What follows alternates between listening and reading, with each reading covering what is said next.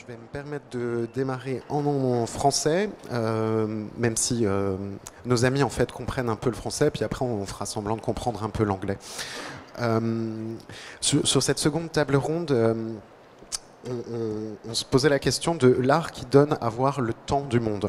Donc on va rentrer un peu plus en avant dans la question de la perception qu'on a évoquée tout à l'heure, et c'est vrai que la fin des débats portait sur cet enjeu, sur le fait qu'on traite de temporalités qui sont au-delà de notre champ de perception et que l'art peut nous les donner à voir. Mais c'est aussi des temporalités que la science nous donne à voir dans le cadre de ses recherches. Sous un angle conceptuel cette fois et sous un angle perceptuel avec l'art. Pour en parler, donc Claire Morgan is here. The artist will present some work about time, particularly. And Bergit Arends is particularly interesting for our debate because she worked in the Natural History Museum for a program between science and art, and particularly about Darwin. And we spoke about Darwin in the previous conference. And Jan Zalasiewicz, that I pronounce probably not well as a name, is a paléobiologist. So he will talking about the most biggest time we can. And Claire mostly about the instant. So we will have a scale of time global in this roundtable. Claire, you can start. Just before I start, I looked at the little videos of last year's previous conferences, and it was very formal and there was a table, so I've written everything, but I think it's better so that you can understand me. I'll speak slowly. So I've got a selection of images, but rather than talk about any specific images, I'm just going to let them run in the background because I think it's all quite closely connected, and what I'm saying should relate more or less to all of the images. So in preparation for today, I was thinking about what is human time, actually. Like what does time mean to us for our daily lives? And I think our day-to-day experience of time is quite shallow. It's of limited importance to us beyond the practical. Practically, it's very important. We use it primarily as a way marker and as a means of categorizing experience and memory. And the passing of time is at the center of my practice because it's so much more than just a means of measurement. Time connects us all living things, the earth, every part of the universe that exists or ever has existed or ever will exist. It's like the plane on which we actually exist, and yet we can't control it, we can't harness it, we don't really have a full understanding of it. But I think art should show us something that's beyond our day-to-day experience, and for me personally, it's about kind of on one hand, it's about rediscovering a kind of wonder that I think is generally lacking in life for quite a lot of people, myself included. And I explore that using materials whose relationship with time gives them some kind of poetry. In contrast to that, I'm also drawn to the utter shallowness of our day-to-day existence and the increasingly complex ways that we actually try and convince ourselves that the passing of time isn't occurring. We kind of go about our lives as if we're immortal, and I don't mean that in any kind of complimentary way. In as much as we waste the present and we often don't notice the vast and frail beauty that's everywhere around us and that actually we are a part of. And so those are things that I'm continually returning to in my work, and there's a number of ways that manifests itself. Many of my sculptural works attempt to capture kind of moments in time, so they're like suspended freeze frame kind of scenarios that imply fleeting, often quite violent movements to allow a detail of that movement that would otherwise have been fleeting to be captured, to become visible and to be noticed.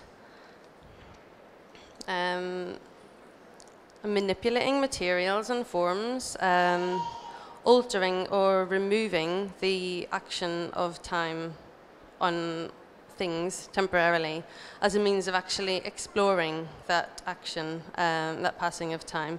So in some works, things that we would expect to be very fragile become permanent. So for example, movements of seeds on a breeze, and things which are usually that go so fleeting as to go unnoticed become visible. So capturing spilled blood of an animal on a canvas can become quite a beautiful and quite a blunt signifier of our mortality, for which time obviously is everything. So time is both how we experience life and also what eventually brings us to death. And in my work, suspense allows me to appear to halt the action of time and of gravity. Suspending fresh strawberries, for example, doesn't actually stop their decay, but it slows some aspect of it down and allows me to look closer at the specifics of what that action of time actually is. Suspending materials like seeds actually arrests their potential to transform into life, and so that's kind of playing with time in two different ways. Somewhat depressingly, however, on a physical level, as I was thinking about this, one of the few things that could arguably transcend human time is the accumulation of spent plastic and other waste that we leave behind us. And that's one of the reasons that I return to plastic as a subject matter, even though time isn't necessarily having a direct impact on it.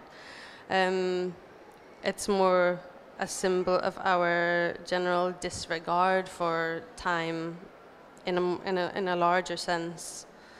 So the things I've been saying are really just an intellectual exercise in a way, explanations of what you might see whenever you look at my work, but to a degree it is just my own post-rationalizing. Whenever I'm working, usually it's very intuitive and in some way spontaneous. And actually I think that the best ideas come from nowhere. Certainly they come as a result of what I've been studying, but not really in any sort of linear way. They just pop up, and whenever that occurs, I think it's somehow tapping into some kind of collective experience or collective wisdom that connects us and that connects the things around us and that connects the earth and connects the universe. And I think that it might be the mystery of that darkness where the idea kind of comes from, and also the darkness where time appears from and goes to, which holds some essence of what we are, what existence is. But I don't think that's something that we can ever really know. And I don't know if it's something that would be worthwhile to know. I think the not knowing is something that connects us. So, the act of making art is ancient. If you think about cave paintings and votive figurines and so on, lots of amazing early art is very religious in subject matter in one way or another. And I think in a way that's still the case, but what was God kind of manifests itself in a different way. Just to be totally clear, I'm not religious.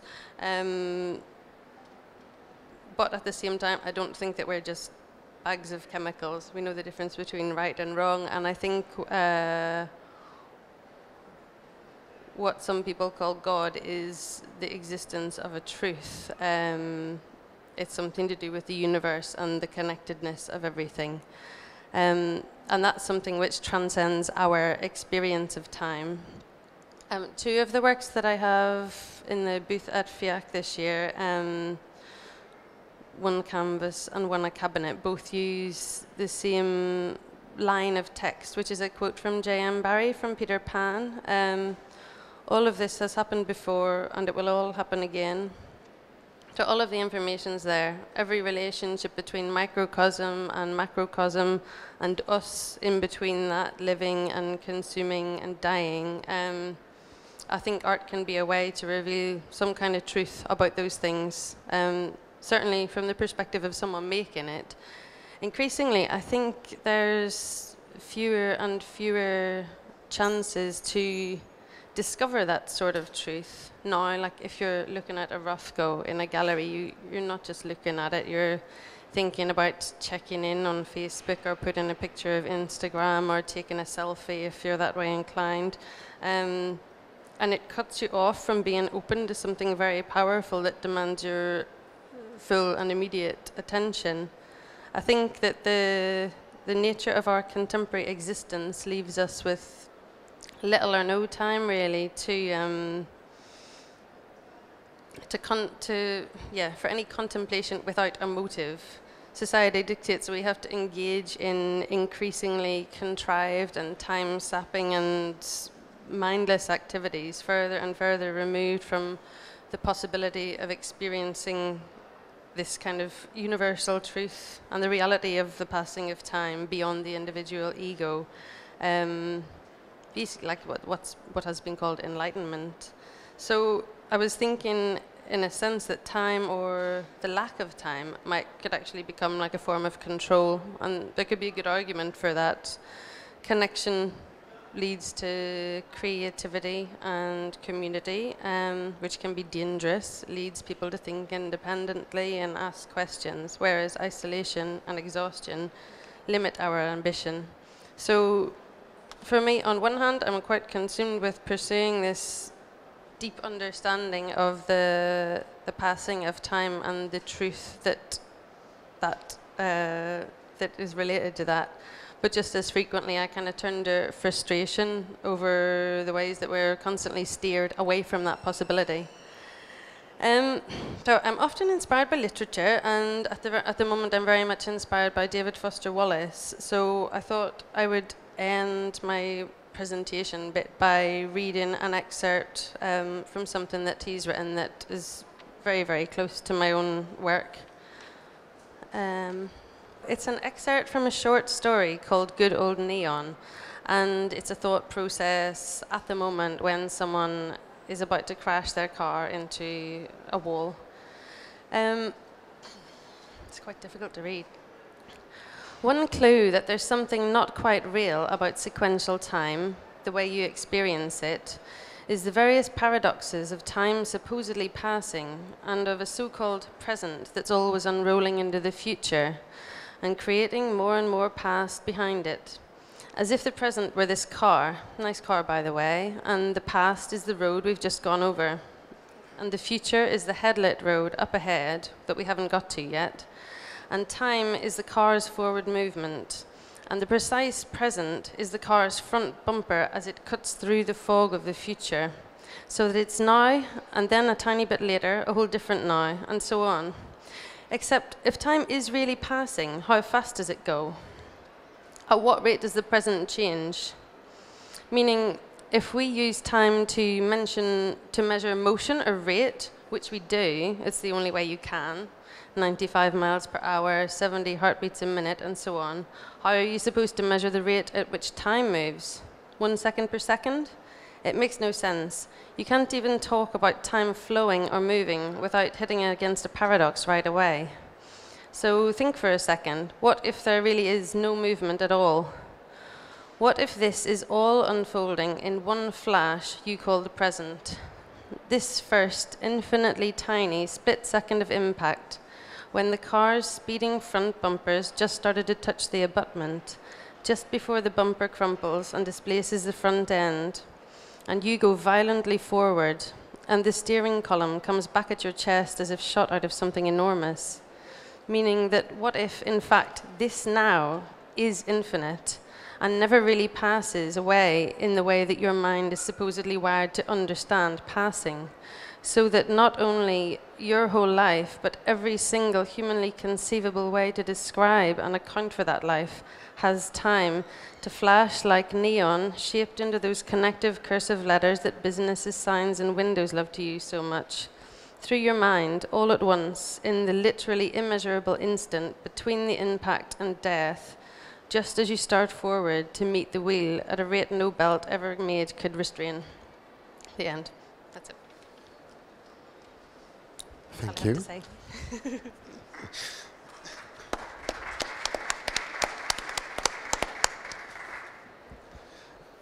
Thank you, Claire. We touched to poetry about the question of time, and it will be a challenge for the paleobiology to show this poetry in the large scale of time, but you can find it, sort of. Oh, okay, right. Okay, everybody here? That's okay, fine. Okay, yes, well, we do try with the poetry, and it is in our heads. Where's the technology? Is just here. So that is so. Earth time is what we deal with. In fact, we deal with it every day. We deal with stuff, rocks, but those rocks go through time. This rock of the Earth, we know, is 4,567 million years old, plus or minus 1 million years. And that is now pretty well established. So we deal with all of that time on a day-to-day basis, before breakfast at times, and very, very often after supper, and even after the last cup of tea or beer of the evening. We try and work with that. How do we do that without going mad? Well, let's see, is that... we go very bureaucratic, terribly bureaucratic about that. To deal with those lengths of time, millions of years, hundreds of millions of years, thousands of millions of years, we have to put them into chunks that the brain can cope with. And that involves commissions and committees, and subcommissions and subcommittees, and international unions, and working groups. The lowest is the working group. I'm on a working group. So we're the equivalent of the people who do the Xeroxing and make the tea. The very beginning actually started not very far from here, in between Montbard, near Dijon, and the Jardin des Plantes of Louis XVI. And this is the Comte de Buffon, who first realized that the Earth had a longer than biblical timescale and tried to work it out on a scientific basis. And what he published in 1778, he said that the Earth had 7 epochs. He used the word epochs, from the very beginning to the present, in which the Earth unfolded in a linear fashion, as Claire said, in a linear fashion, and it's still unfolding now. He took the entire duration and he published 75,000 years as the entire duration from the beginning of the Earth to now. He thought privately about 3 million years. In fact, he had several estimates, but he didn't there publish those. But even so, he realized that people would not be able to understand 75,000 in years because they were not used to that. And what he said was, think of it in terms of money. And that would probably work for the rich people he was working with at the time. But that was a start. And now, 200 years later, we have increased the time scale to 4.5 billion years. And this is one way of doing it. This is, if you like, our working model. Right at the beginning, what's called the Hadean, the time of Hades, is 4.5 billion years ago, ended about 4 billion years ago. And then you have various units, all of them given names after much disputation by committees. You know, some names are familiar: Jurassic, like the park with the dinosaurs; Carboniferous, of the forests; Pleistocene, of the mammoths, and so on. But they're all formally categorized, identified, pinned down, literally pinned down within rock strata. And that to us represents the unfolding of time. So grounded in materiality, if you like, but also having a separate identity. In fact, we classify time both as something you can't touch, can't get hold of, don't understand in the way that Claire said, in terms of just time, millions of years, or even just years. And also in terms of rock, we have something called time rock chronostratigraphy, which is something you can hit with a hammer and pull fossils out of, and it is the way we most viscerally understand time.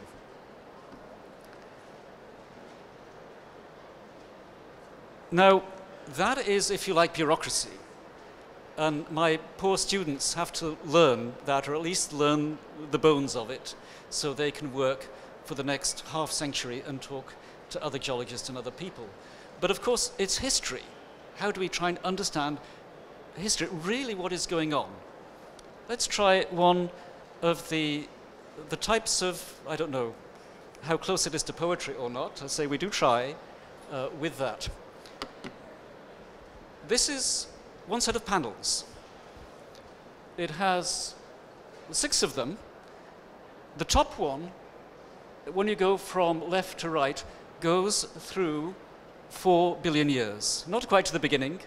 We don't know at all what happened in the first half billion years, but to the present. And we have one parameter, which is temperature, the red line, which goes up and down. How hot is Earth at a time? How cold is it? How hot does it get? How cold does it get? So the first one is a 4 billion year history with one take-home message suggesting at the very beginning the Earth was as warm as a hot cup of tea. And then it cooled down over about 1 billion years and became like now, with big ups and downs. And the big downs we call glaciations, and the big ups we call greenhouse times. And then we can take one bit of it, in fact just the last half billion years, and do exactly the same thing. Stretch that out, and again have a line going up and down and up and down. So in the time of, let's say, when coal was formed, the Earth was very cold. And we had a glaciation, so we have that blue band in there. And then when the dinosaurs came along, it warmed up, and then down again. That's still thinking in this long, long time scale. Which is very blurry, hazy. I can't get it in my head. Okay, so let's take another step down. And this time, just go for the last 70 million years. From the time the dinosaurs died out, good old Tyrannosaurus and Diplodocus and all of those died out, to the present again. So it's the third column down. Half of that time is warm. You could go to the equator, to the North Pole, the South Pole, and just be dressed as we are. You know, the whole Earth was very warm. The tropics were a little bit warmer than today, but it was really, you know, the Earth was like a warm bath throughout, just like this in there. And there came a dead stop halfway through that. 33 million years ago, the Earth went down like that over 200,000 years. We think that's fast. That's 200,000 years. That is 4 times longer than Buffon had as too long. Again, it's what we can fit in our head. Now, the next one is really, I think, where we can begin to understand time, really Earth time. And this is, I think, to me, the real poetry. It is 3 million years. It's all in blue because it is all cold Earth. But within that cold Earth, you had the Earth going warmer, cold, warmer, cold, warmer, cold. For most of that time, every 40,000 years. So every one of those spikes you can see on there is 40,000 years. So that is, let's say, 1/10 of that is the time that separates us from the ancient Egyptians who built the pyramids. That you're beginning now to get a sense of Earth time on that. And of course, we can go down even further. We can take the second one from the bottom, which is the last 60,000 years. From, if you like, cold time, one spike going down, one spike going up. You look at the spike going down on that time scale, and it goes up and down every 1,000 to 1,500 years, from a bit warmer to a bit colder. 26 times we've counted in that time. And then just this last plateau at the top is our current warm period. 10,000 years. 11,500 years, now we know a little bit better in there. And even in that, we go along, and it's mostly been a wonderfully calm, stable time. Now that to me is, if you like, is our poetry, our art, of trying to understand the reality of something which is too big to fit into our heads. You know, I think a hyper-object, as Timothy Morton called it. Okay, let's try the present. Now, Claire was talking about freezing instants of time.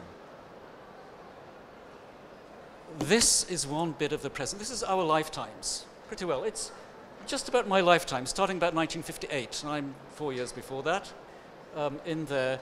And this shows the amount of carbon dioxide rising in the atmosphere from that time, from 280 parts per million, tiny amount, to about 400 parts per million. A tiny amount, but much more. Over 100 billion tons of carbon more is up there in the air, because of us, of course, because we're burning things. Now, this is 50 years. Now, imagine transplanting that onto one of those wiggle curves I've showed in the last diagram. And then you can begin to get a sense of time in the present and the speed it's moving, or maybe the speed that we're moving, if we hold time steady, which is more my way of looking at it, and see what is happening against a background of time. We are happening against a background of time, and we're going really, really quickly. Next one. This shows it again. So we're going back. We jump backwards and forwards in time, like Billy-O. I mean, it's crazy, really, but there we are. So that is 400,000 years ago to the present. You know, so carbon dioxide going up, down, up, down, up, down. This time over about 100,000 year scale, each big step. We've gone on to the beginning of an up, and instead of going down, we've jumped up by about the same amount in a line that is not, it's not moving in time at this scale, it's just heading straight vertically up. Again, that is part, if you like, of our current time reality. It is really, really extraordinary on any scale, on a planetary scale, on any planetary scale. And we just happen to be living through it. Life, of course. Now, climate is important, but life, we're life, and that's what we focus on. Our own lives, and now and again, as Claire has shown, the lives of, you know, owls and doves and foxes and others. Again, this is a part of life that I like. Meet a graptolite. It is a plankton. It's extinct. It became extinct about 400 million years ago. So that is about 3 times as old as the dinosaurs. And one of the things I do is I study these, how they evolved, how they changed across about 100 million years. A modest amount of time in the Earth. Let's see how those go. This is the kind of things we do. This is, again, our poetry. We have a set of different species of these graptolites. You know, just as we have different species of, I don't know, orchids and different species of butterflies, we have different species. And they came and went through time. We can find them in the rocks, we can track them. And you can see them coming and going. The scale at the top is about 10 million years. You can see them coming and going, appearing, living, dying out, over about 10 million years of that 100 million year span. Let's fast forward now to something else. Claire mentioned plastic. This is plastic. It's becoming fossilized in a rock in Portugal. It's probably about 30 years old, that piece of plastic. It's already becoming part of the Earth, part of geology. Let us look at we've looked at the evolution of graptolites. Let's look at the evolution of plastic now. There we have the evolution of plastic. So you start off with gutta percha, things like shellac of the old-fashioned gramophone records, Bakelite used to make, you know, plugs out of, and then PVC, polyethylene, polypropylene, all appearing. And look at the time scale now. Not millions of years, but decades and years. This is hyper evolution. And because we're making currently about 300 million tons of plastic every year and throwing most of it away, this is evolution on a planetary scale as well. It's not just litter, it is becoming part of the Earth. Very, very quickly. Again, this time business. That's how quickly it's rising. From in the end of the Second World War, about 1 million ton a year. Now about 300 million. It's part of something that colleagues and I call the Anthropocene, a new and extraordinary epoch of time. Here's again evolution. Of course, we make plastic into things. This is the evolution of shaving razors, as shown at the Deutsches Museum at an exhibition they had last year. It's wonderful, it's lovely. Again, to me, it's poetry. That evolution has taken place over about 10 years.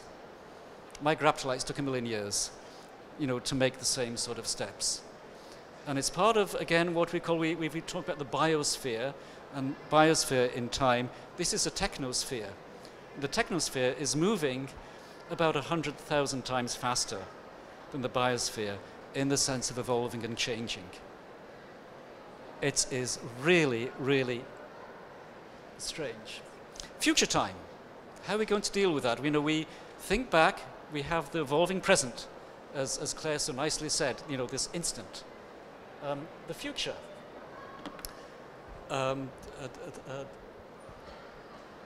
This is a joke made at the expense of a colleague, a mentor of Charles Darwin's. One of the first geologists, called Charles Lyell, said that the Earth is always changing, and at some time the dinosaurs will come back again. So there is a Professor Dinosaur, Professor Ichthyosaurus, looking at a skull of a human many millions of years from now, and saying, how did these creatures live? So puny, so weak.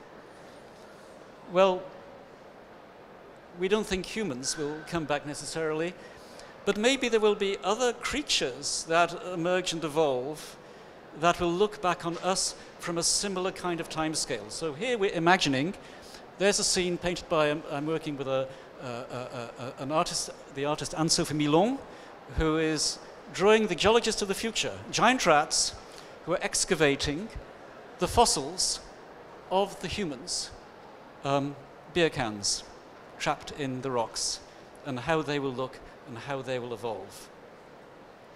So, have we broken through to a new kind of time? There is something very, very extraordinary going on, and I think one thing that as geologists we can try and do is show it, demonstrate it, but I think it takes, you know, the artists to really try and demonstrate what it feels like, what it means to humans. We're not good at that. You know, this is where, you know, we part company. But that again is if you like, the kind of context that I, you know, come up with, live. Thanks for your patience with all of this rock stuff. We just discover two different universe of poetry, and Bergit, you have to work with the both. So it's very interesting to know how, and because sometimes in this kind of conference we have regularly the same questions about the link between art and science, and the importance to make sure that the artist has not just to make an illustration of the science, and that the scientific does not just feed the artist with information. So I'm sure you have working about this subject, and you will explain us how the both could be an enrichment and not dissymmetrical relationship. I'm going to show you some examples of some projects I've commissioned. It has to be of mutual benefit. And the situations I was in, I was rather hoping that they would often provoke science into thinking differently, and I was very interested in some of the projects I did, which were based on critiques of the institutions and also usually of colonial or empirical histories as well of institutions. I probably won't talk about that much, but we can talk about it in the discussion later. Looking at the blind spots of science. But here, I've selected some slides. Where we go? To look at the structures of time and how structures of time might be represented in contemporary artists' works. So now I'm obviously showing you here, not a contemporary artist's work, but something from the 19th century. I thought it might make a nice segue between what Jan would say and what Claire would say, but also to emphasize that what we think is terribly contemporary also in artist research has got a longer history. So the concerns about time and how we represent the structures of time have evolved. And I'm particularly interested in the 19th century because, as already Jan was saying, well, you preceded it even with the 18th century, but in the 19th century, you'll see my point in a minute because I'm trying to bring together two types of histories. 19th century moved us on an awful lot of how we understood, how old we understood the Earth to be, and also with, at that time, mid-19th century, a number of different ideas about evolution, how we've evolved and how we relate to geological time were about how that sort of shaped in the 19th century, and then particularly with the theory of evolution later on in the 19th century. So here, what I like to look at is, and I'm very sorry you can't, it's not a very good reproduction. So there are three different time events going on here.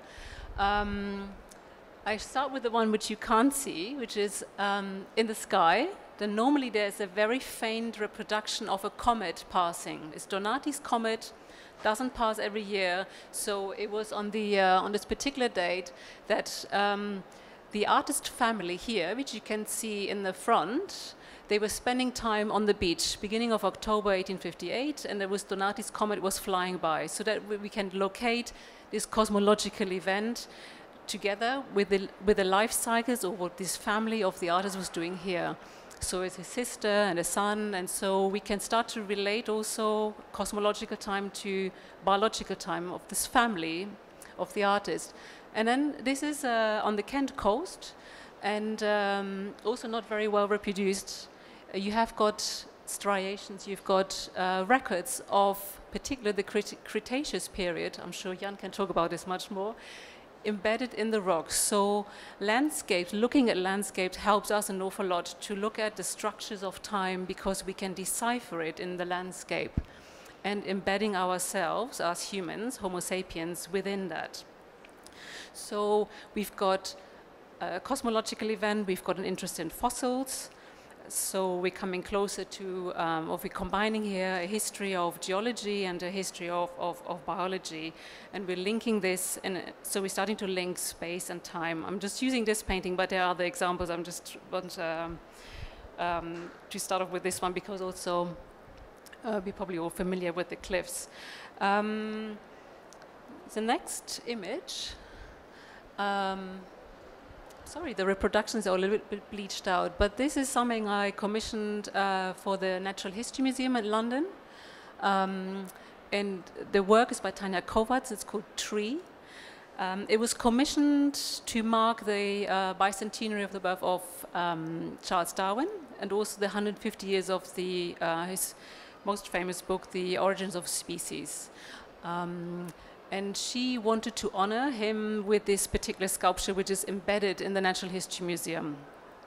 Normally, we look at a tree quite differently. We look at a tree having a cross-section. That's what we understand of a tree. When we see the tree lines, and we can see how the growth of the tree progressed from year to year, if there were any other events that maybe stopped that growth or...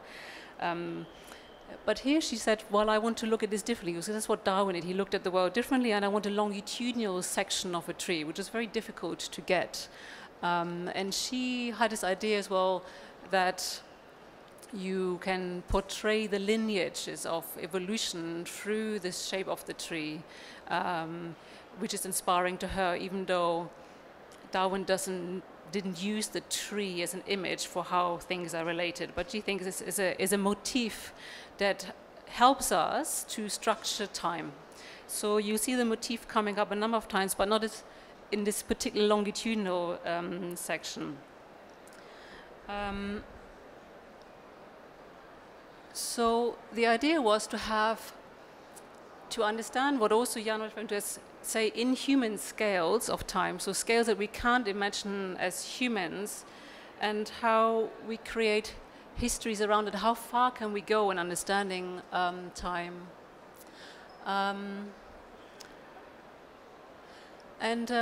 What I like to look at, there will be a few slides now about where do we go in order to understand time, what kind of places are there for us to look at how time is embodied around us, and how do we study it, and where do we locate ourselves.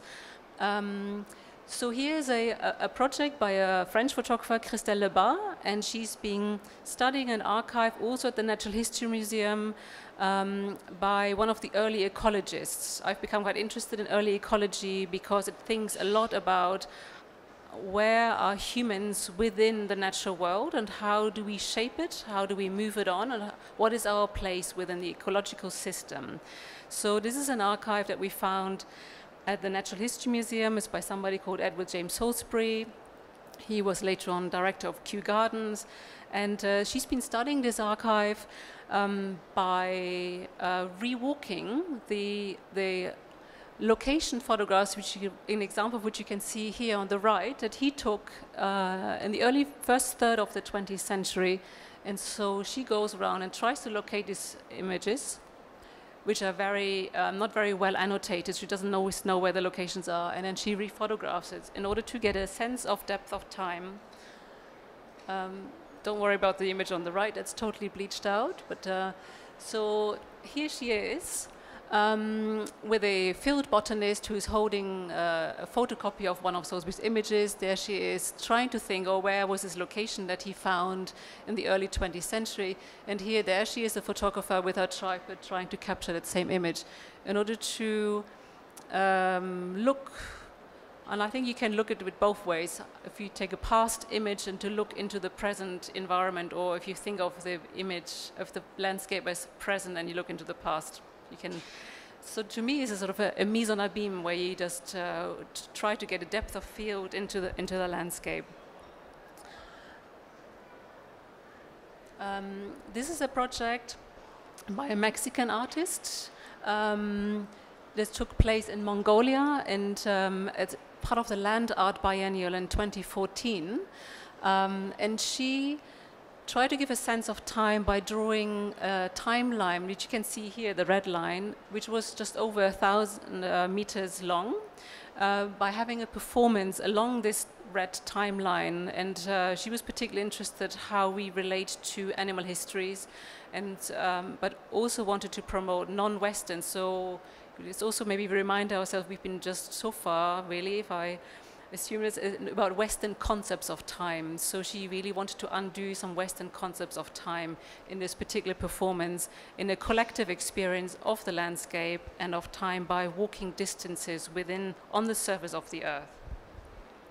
So the sense of embodying knowledge and scaling things through walking within the field.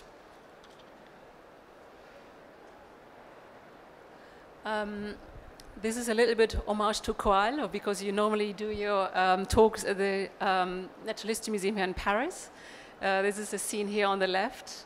And as I promised, I come back to the motif of the tree, which you here can see in cross-section. You can see the tree rings. And it's locating yourself as a sort of thought, Homo sapiens looking at other species with a Natural History Museum where time is frozen in a way, and using the organism of the plant, in this case a tree, to locate ourselves in time.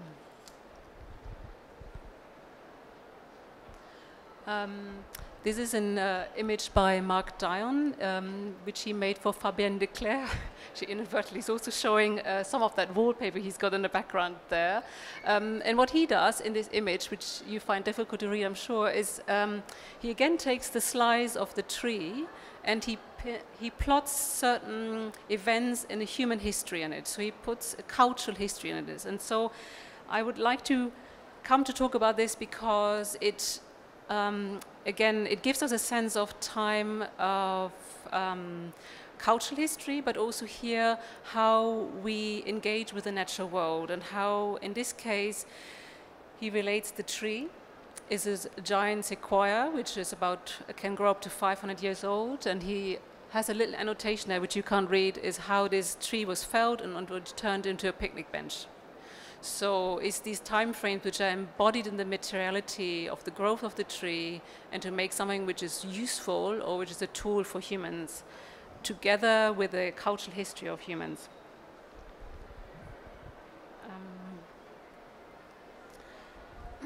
So I've got a couple of more slides before I also have a quote.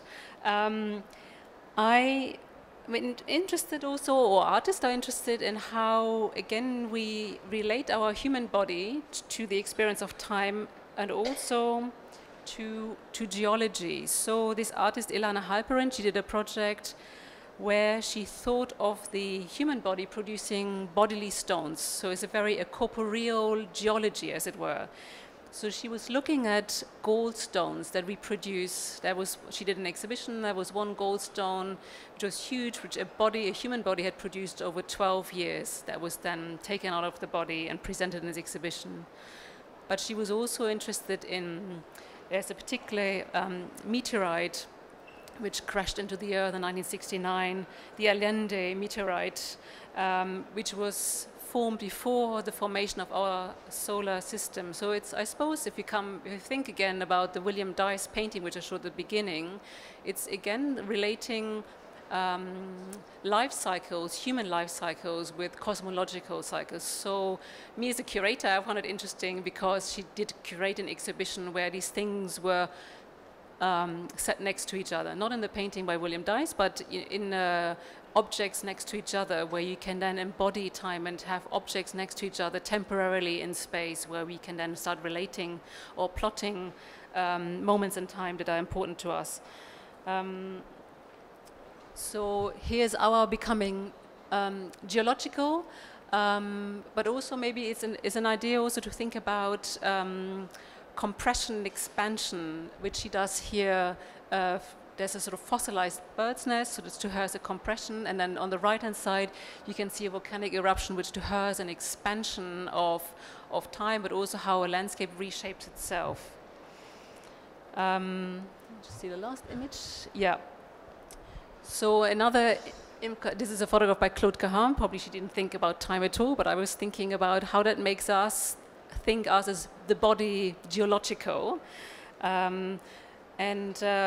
What I would like to come towards before I read you a very short quote by Italo Calvino is to think about how can we use our understandings and structures of time as to think differently, about non-Western concepts of time, and then also about hybridist, so how do we relate to other species, and relationist connections that we have as humans to other species across time. So a very short quote by Italo Calvino from a short story called Shells and Time. So back to William Dice's painting, really, where he talks from the perspective of mollusks. Mollusks are the creatures that created the shells that you could see in the cliffs that we looked at earlier. And he says, we, mollusks, who first had the intention of lasting, have given our kingdom, time, to the most volatile race of inhabitants of the temporary, namely humanity. Had it not been for us, they would never have thought of it. It needed the cross-section of the earth's crust to throw up our shells, which we had abandoned some 100, 300, 500 million years before, for the vertical dimension of time, to open up to you and release you from the continual cycle of the star's circuit in which you continue to pigeonhole the course of your fragmentary existences. And that's, I close with that. J'étais intéressée par la phrase que vous avez dit au début, what you were saying in the beginning, right? Donc sur en fait, un des buts, c'est que les scientifiques puissent peut-être avoir une nouvelle lumière sur ce qu'ils font. Et je me demandais dans quelle mesure est-ce que ça se passe. Est-ce que vous avez eu vraiment des exemples concrets d'un scientifique qui puisse trouver l'art pertinent pour ce qu'il fait. Un scientifique, en travaillant avec un artiste, où l'artiste puisse changer de perspective pour le scientifique, Oui, c'est oui, bien ça. ou plutôt où le scientifique puisse changer de perspective. Est-ce que vous avez eu cette connaissance de cette... parce que c'est ce que vous avez parlé de ça au début, que ça devait être réciproque. Oui, oui. Et on comprend peut-être mieux que l'artiste puisse être... puisqu'il n'est pas scientifique, c'est peut-être plus facile d'apprendre quelque chose sur la science, alors que le contraire, c'est peut-être pas tellement... Oui. Voilà. C'est souvent que les scientifiques sont très ouverts à travailler avec des artistes pour avoir un changement de perspective. Et aussi pour pouvoir autre chose, ou pouvoir souvent de voir leur travail dans un contexte historique et social aussi. Je crois que c'est très important de épandre, c'est ça, le travail scientifique. Et ce que j'ai trouvé aussi quand je travaille avec des artistes, j'avais un programme où j'avais des artistes qui venaient d'Inde, de Chine, d'Australie, où on a surtout travaillé sur des collections historiques pour revisiter cette importance historique, d'où vient cette recherche qui au début, comment l'archéologie du pouvoir scientifique, en effet, qu'on peut reconnaître en travaillant avec des artistes. C'était très important, ça. Et c'est très important oui, c'est pour ouvrir des fois des questions politiques aussi qui vont avec le travail scientifique. J'avais fait une exposition sur le changement du climat. Et là aussi, c'était au musée d'histoire naturelle où on ne recherche pas vraiment le changement climat, mais pour eux de comprendre comment leur travail est dans un contexte de cette question qui est très urgente et très pressante, et aussi comment ils peuvent contribuer à une discussion publique. C'était très important. Si on veut vraiment voir en détail où est-ce que ça change vraiment quelque chose dans le travail scientifique, je crois que c'est là, c'est dans ce cercle-là. Je vais encore réfléchir s'il y a quelque chose de très très précis, mais des fois il y avait juste une technique aussi qui a changé. Mais je crois de comprendre le travail scientifique comme dans un contexte culturel aussi, c'est vraiment très, très illuminant. Je vais me permettre de proposer une réponse aussi, parce qu'en plus Anaïs Tonder est juste là. Dans le cadre de COAL, donc la Coalition pour l'art et le développement durable, on développe un programme de collaboration entre artistes et scientifiques, le laboratoire de la culture durable, où un représentant des sciences humaines, un ou des représentants des sciences de la nature et des artistes travaillent ensemble en équipe sur un même sujet pour produire ensemble des résultats, soit des œuvres, des objets ou aussi des textes. Et peut-être très rapidement, Anaïs, tu peux nous dire comment la collaboration permet aux uns et aux autres de s'enrichir. C'est vrai que j'ai eu la chance de participer à un an de résidence organisé par COAL et le département et en fait Chamarande, qui dépend du département de l'Essonne. Et donc on s'est retrouvés pendant un an autour d'une question spécifique, en fait, qu'est-ce que les sols, mais les sols dans un contexte urbain, et quelle est notre relation au sol. Donc c'était assez fédérateur d'avoir vraiment cette question de recherche par laquelle chacun, avec d'une certaine manière notre histoire, notre expérience et nos différents types de savoir, ont pu se rencontrer. Donc il y avait un écologue, des anthropologues, une artiste designer, une géographe, et puis moi en tant que plasticienne aussi. Et d'une certaine manière, ce travail transversal, à mon avis, a son importance dans cette idée d'essayer d'imaginer et de construire ensemble d'autres façons de se projeter et de construire une autre façon d'habiter la Terre et de laisser une place aux vivants et aux non-vivants. Et j'ai l'impression que ces temps d'expérimentation où chacun, d'une certaine manière, je sais pas, j'avais l'impression qu'on était quasiment au même niveau, mais avec des histoires différentes et qu'on pouvait construire quelque chose ensemble.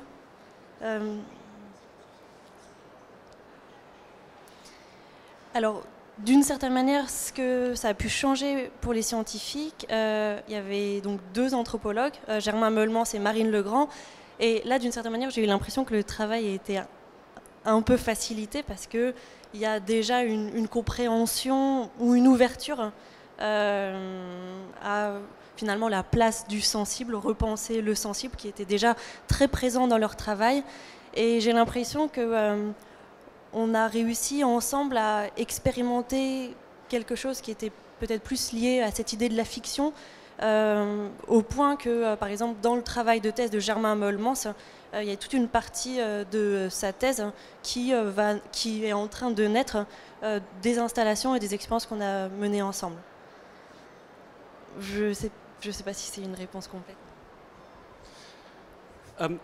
To me, both the questions, both how we look at the soul, so the soil, and also the material question, to me immediately brought to mind the kind of blind spots that we have when we work within, a certain milieu, genre, whatever. I looked at the tree rings that you showed as a material, and there were plotted various human historical events. So you could see when, I don't know, a war finished, sorry, or divine command, or something like that. And I work with colleagues who also look at tree rings, but they plot another kind of history on it. And they probably wouldn't think of the Divine Comedy or Molière's first or last plays or something like that. They would look at the proportions of carbon isotopes reflecting, let us say, fossil fuel burning. They would look in the tree rings at the proportions of different nitrogen isotopes reflecting the increased use of fertilizers over the last 50, 70 years. So it again is a human history, but it's looked at in a different way, a different style. And it's not really connected with the rest of human history, which brought about the Divine Comedy, and Molière, which equally were drivers of this whole human enterprise through time. And I think your question about soil, I smiled slightly inside because as geologists we look at the whole Earth. We claim the whole Earth, we claim all of the planets, but there are a few things we don't look at very much, or we don't by tradition, and one of those is the soil. We leave the soil, even though it's made of mineral material, to the soil scientists, the pedologists, and who call it the Bruno Latour is very interested in this. He calls it the critical zone, and he works with soil scientists on that. We work on soil when it's old and fossil. So on the island of Tenerife, there are fossilized soil horizons with fossilized wasps' nests within the volcanic rocks, millions of years old. But if it's a present-day soil, we have a blind spot. And I think it's, examining each other's blind spots is a really good way of trying to make connections, of these kinds of things.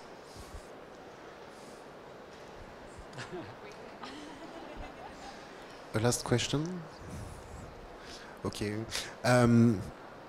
You said that we are blind for the present, and maybe to let the last word to Claire, you you make that we are not blind to the instant with your work, but something disturbed me in this work, and that's my last question. It's about life and death, because you capture the life, but instead you do that, it's a death because you have to have dead animals, or it's really.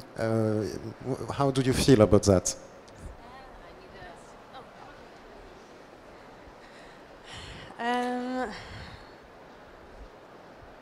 I'm a human, so my approach is to try and quantify things, organize them, try and visually rather than scientifically explore what something means, but in the process of analyzing it and slicing it up or dissecting it, you lose something. And that's why I was talking about truth alongside the idea of time, and there's something about life that we don't know what it is, and we can't sum it up in any. I don't know. As an artist, like I'm creating things, but obviously, if you look at nature, there's nothing any artist can create that is anything. And like even a tiny fragment of a leaf or something, like it's a different thing. Yeah. You know, because you get one particular fossil came to my mind, you know, when looking at your images of that instant. And there's a very famous instant fossil. I don't know if you've come across it. It's from the Sullenhofen limestone in Germany that yielded, let's say, the Archaeopteryx. It's called a death march. Mm-hmm.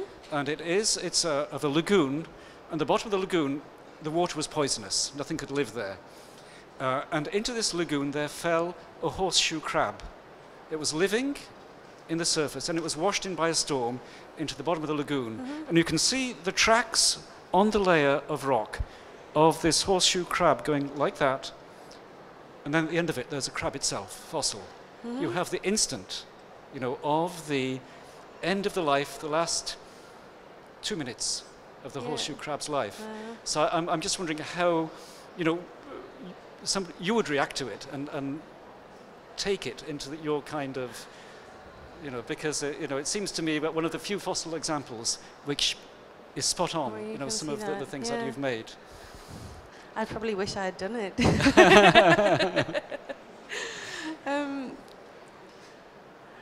Yeah,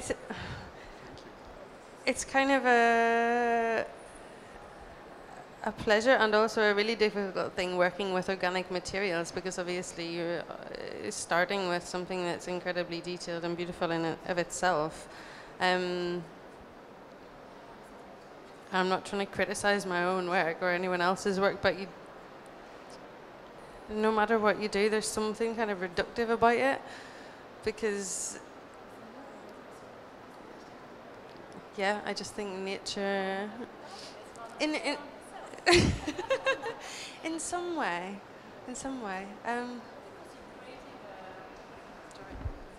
I think it's rather unfair on yourself, because you are creating a time structure around it. I mean, you know, also even because you're suspending things in time, you know, like the owl flying through. I don't know. They look like little feathers, little white thistle seeds. Yeah, there were seeds. Mm-hmm. So, you know, you have a very geometric space in which you create it. So, no, I think, you know, you obviously capture how we culturally think about time. Because you make it something very measurable. I suppose that's what it goes back to, actually. It's exploring things in a way that's specifically for humans. Yeah. Rather than, yeah. So it's not reductive. I think it's just, you know, you embody ourselves in there. You reflect us, the way we think about, in our Western culture, think about time. And then the creature, in this case the owl, is suspended in time within it, and all that could imply in terms of evolution or our singular relationship to it. So no, I think it's not.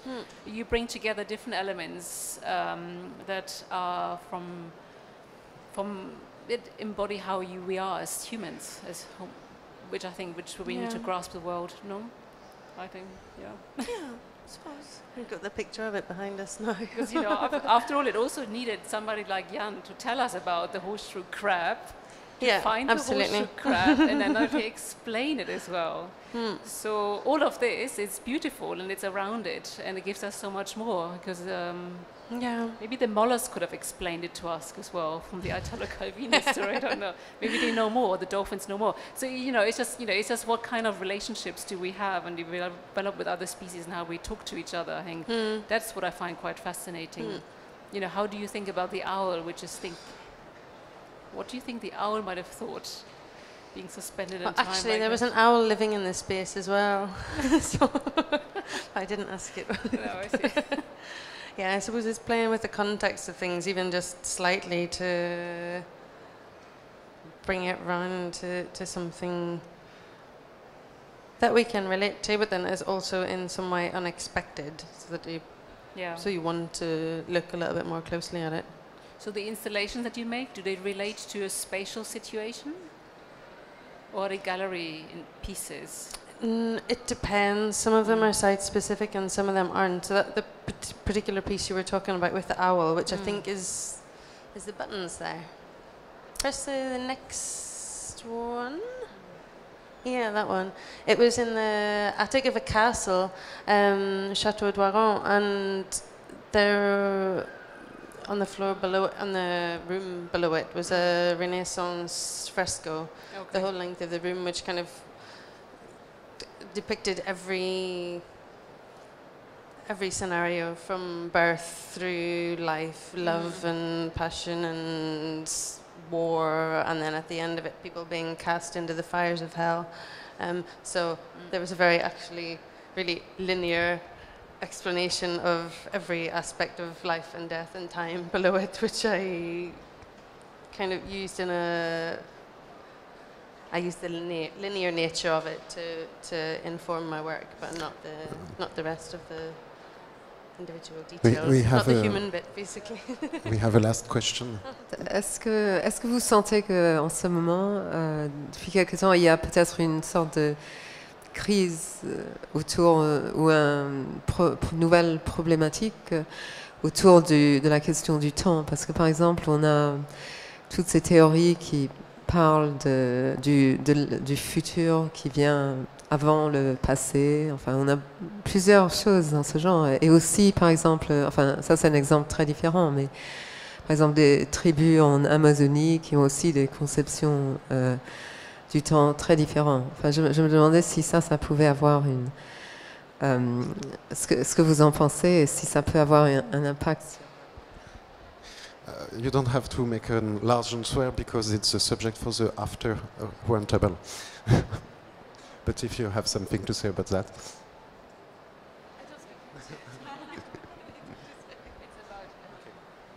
Yes, again, that to me is one of the key questions. You know, we've talked about linear time, you know, as, if you like, human generation after human generation after human generation, steady change through that.